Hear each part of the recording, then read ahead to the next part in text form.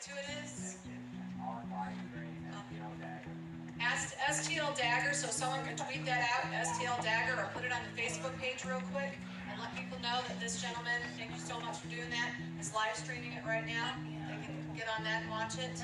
I want to make sure you guys understand. First of all, I know when we say community, we mean St. Charles, O'Fallon, all of North County. I want you to know that. You might hear us talk about North County and whatnot. We want to welcome all of you.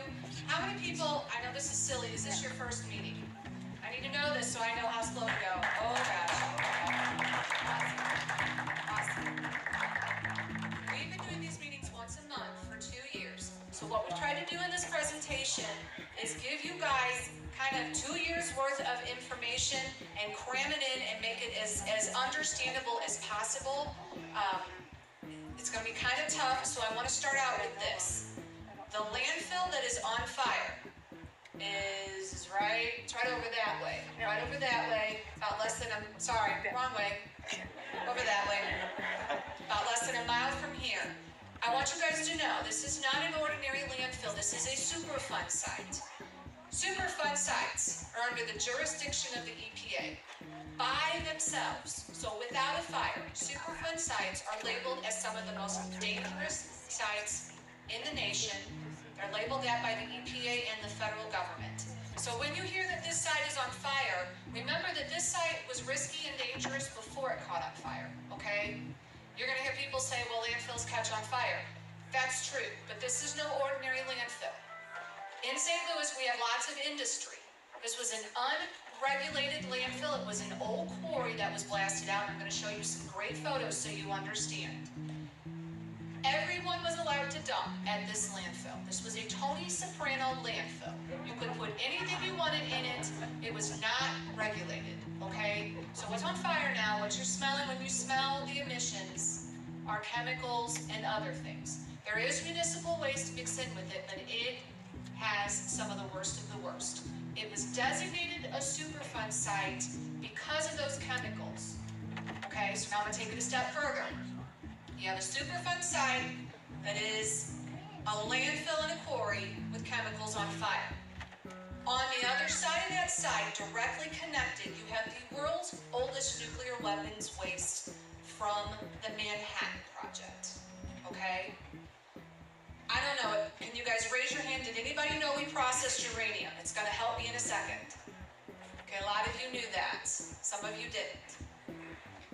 We, St. Louis, processed the first uranium ever right here in our city. It was brought over from Africa, from the Belgian Congo.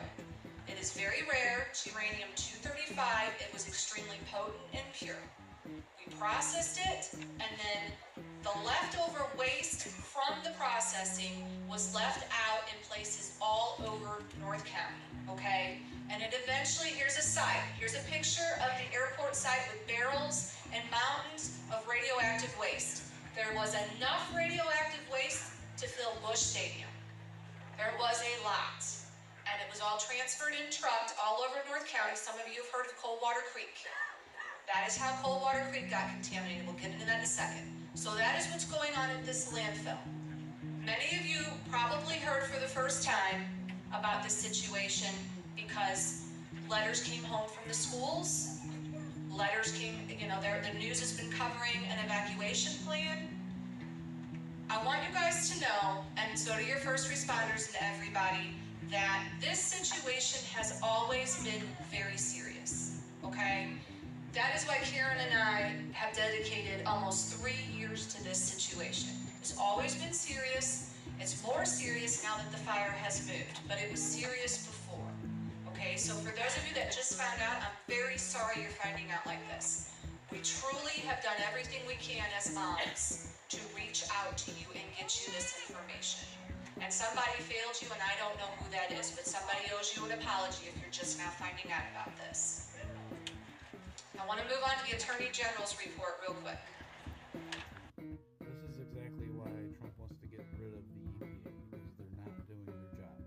I see it where I work. I've seen it in other places. They are not doing their jobs that they are getting paid to do. Point blank. That's why the EPA needs to be disbanded and a new environmental protection agency needs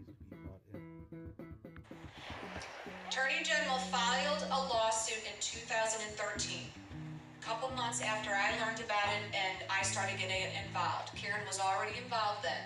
Here are his findings. Everything that you're going to see, this is not our wording. We have a link up so that you can actually get online and read it for yourself. H.E. Koster's expert reports found radioactive contamination and tree coring sampling off-site around the landfill. So the radiation that is sitting in two areas that we know of and mixed in with the landfill, they tested off the site and they're finding it off-site. The VOCs, including benzene and high concentrations in the groundwater wells outside the perimeter of the landfill.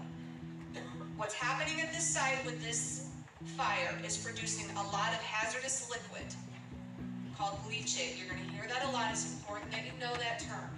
And what's happening is it's mixing with the groundwater on site, and because it's a quarry, it's limestone. It's porous, it's like Swiss cheese, and the water goes in and out of it. The smoldering fire has moved beyond the gas interceptor wells in the neck of the landfill. I've got a great diagram from the Attorney General. These are all diagrams from the Attorney General's office in DNR and other agencies. These are not our diagrams to show you what this means. Republic was negligent in aggressively over-extracting the gas system well outside industry best practices.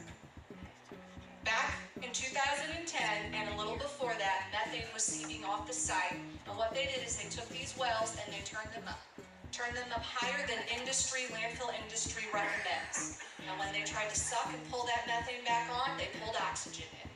That's how this landfill fire started. Business decisions were a factor in the cause of the fire that was foreseeable and preventable. And that's very important because that's part of the litigation that the AG is saying. This is a quote from the Attorney General. It could have been prevented. Also look into who owns the majority shares of this site, of this company that runs this site. Next. Comments on the reports. These reports underscore what's been clear from the beginning. Republic Services does not have this site under control. That's very important because you'll hear from another side, well, it's under control. No, it's not. This is a very serious situation. Not only does the landfill emit a foul odor, it appears that it has poisoned its neighbors' groundwater and vegetation, and it says the people of Missouri can't afford to wait any longer. Republic needs to get this site cleaned up. Okay? That was a recommendation made months ago. So now we're here today, several months have passed. Next. I want to show you this diagram, and I really hope my pointer works.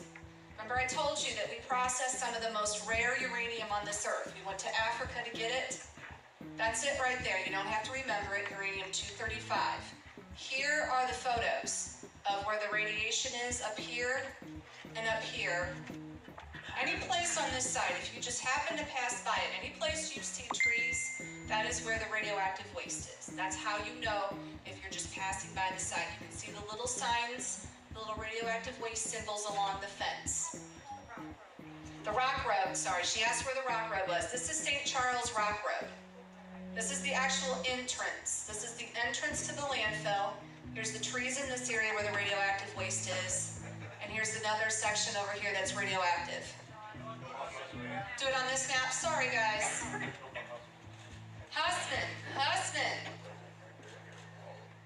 Hussman. Right there, okay? Next. We can go back to these maps if someone wants to see them again during question and answer.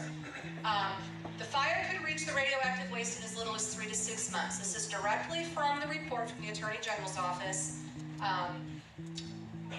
Landfill Fire Consultants Incorporated has determined that if the smoldering event were to extend in the North Quarry at the same rate as was observed in the South Quarry, the reaction could reach the radioactive waste in as little as 3 to 6 months.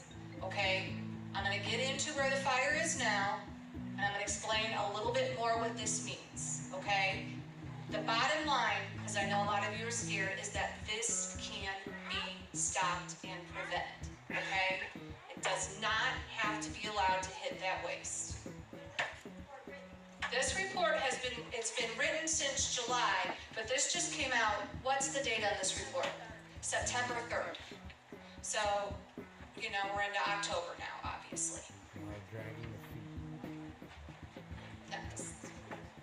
Hydrogen gas. What we're showing you on this report, many of you know about the evacuation plan and the shelter in place. Many of you got letters home from your school districts. It's important for you to understand that things can happen at this landfill that would require that plan to be put in place that don't require the fire to hit the waste. Does that make sense? There are a lot of risks at this site that, again, would require an emergency response to this landfill besides letting the fire hit the radioactive waste. And that is obviously a worst case scenario. One of them is this. There are tremendous amounts of hydrogen ballooning on the site. If you're on the Facebook site, if you're not, I recommend getting on Westlake landfill. You're going to see pictures posted, usually by Robin Daly and other people who go up. They live next to the landfill. They're constantly taking pictures of it because things change at the site. Things look different every day. You'll notice that she'll take photos of giant, it looks like a bounce house, looks like giant air pockets building up under the plastic liner. This is what's billowing underneath it, and it's important to know that it is flammable. Highly flammable gas. Many will recollect the explosion of the Hindenburg dirigible